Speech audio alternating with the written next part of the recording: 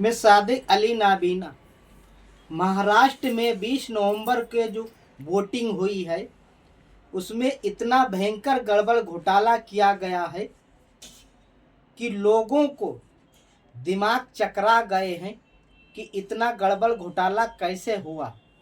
कुछ जगहों पर 517 वोट थे, कुछ जगहों पर 312 वोट थे। जहां पे 517 वोट थे वहां पे बीजेपी को 557 वोट मिले और जो विपक्ष की पार्टियों के कैंडिडेट लड़ रहे थे उनको भी वोट मिले। जो निर्दलीय लड़ रहे थे उनको भी वोट मिले। जहां पर 312 वोट थे वहां पर सबसे ज़्यादा बीजेपी को वोट मिले, विपक्ष की पार्टियों को वोट मिले, निर्दलीयों को वोट मिले। जहां पे 312 वोट थे वहां पर सब टोटल मिला के 600 कुछ वोट का आंकड़ा निकल के आया है। मैं ये अपनी तरफ से कुछ भी नहीं कहता कि जो इंदिरा गांधी के ज़माने के पत्रकार थे, बड़े बड़े सीनियर, वो लोग इस बात का दावा कर रहे हैं, उनके पास ये खबरें निकल के आ रही हैं कि जब इन दोनों जगह पे इतना गड़बड़ घोटाला हुआ है तो पूरे महाराष्ट्र में गड़बड़ घोटाला कितना हुआ है। ये महाराष्ट्र की जनता और भारत की जनता को सोचने और समझने की ज़रूरत है।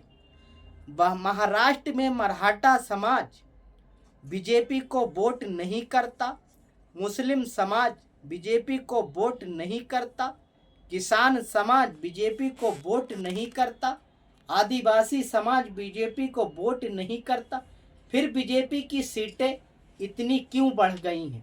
इसका मतलब यही है कि जो आंकड़े निकल के आए हैं वो सच है। चुनाव आयोग के द्वारा, कलेक्टर डीएम के द्वारा इनमें गड़बड़ घोटाला करके लोगों को फर्जी वोट डलवाया गया है। मैं यूं ही नहीं कहता कि बीजेपी आरएसएस संविधान लोकतंत्र विरोधी सरकार है। इनके लिए संविधान कोई मान्य नहीं। ये सत्ता के खातिर कुछ भी कर सकते हैं। ये ईमानदारी से चुनाव जीतते नहीं हैं, जबकि इनकी बड़ी बड़ी रैलियों में कुर्सियां खाली दिखाई देती हैं। चाहे मोदी जी हो, चाहे अमित शाह हो, चाहे बीजेपी का कोई भी नेता हो, कुर्सियां खाली रहती हैं और वोटों से ईवीएम इनके लिए भरी रहती है। ये सोचने और समझने की ज़रूरत है।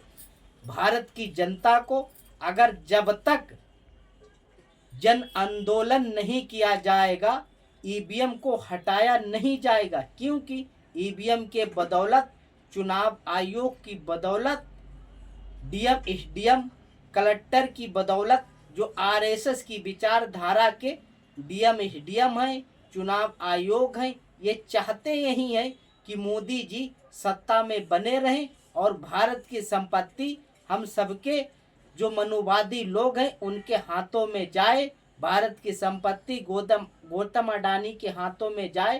भारत की जनता महंगाई, बेरोजगारी, भुखमरी से जूझ रही है। बीजेपी वालों को इससे कहाँ मतलब है? चाहे किसान मारा जाए, चाहे जवान मारा जाए, चाहे हमारी बहन बेटियों की इज्जतों की असमतें लूटी जाएं, मगर इन्हें सिर्फ सत्ता चाहिए। ये सत्ता के खातिर संविधान लोकतंत्र को ताक पे रख के फर्जी वोट डलवा के ईवीएम के गड़बड़ घोटाला के चलते सरकार बनाना चाहते हैं। वही हरियाणा में हुआ, वही महाराष्ट्र में हुआ। जो विपक्ष की पार्टियां इन पर अगर आरोप लगाती हैं तो उसको ये सिरे से खारिज करते हैं। चुनाव आयोग के पास शिकायत भेजते हैं तो उसको गलत बता देता, जबकि अब की सबसे ज़्यादा गड़बड़ घोटाला हुआ है तो महाराष्ट्र में हुआ है। ये भारत की जनता को सोचने और समझने की ज़रूरत है कि बीजेपी संविधान लोकतंत्र विरोधी सरकार है। ये चाहती यही है कि मनुवाद लागू हो, मनुस्मृति का संविधान लागू हो, मुस्लिम, दलित, आदिवासियों को कमज़ोर किया जाए, इनको गुलाम बनाया जाए।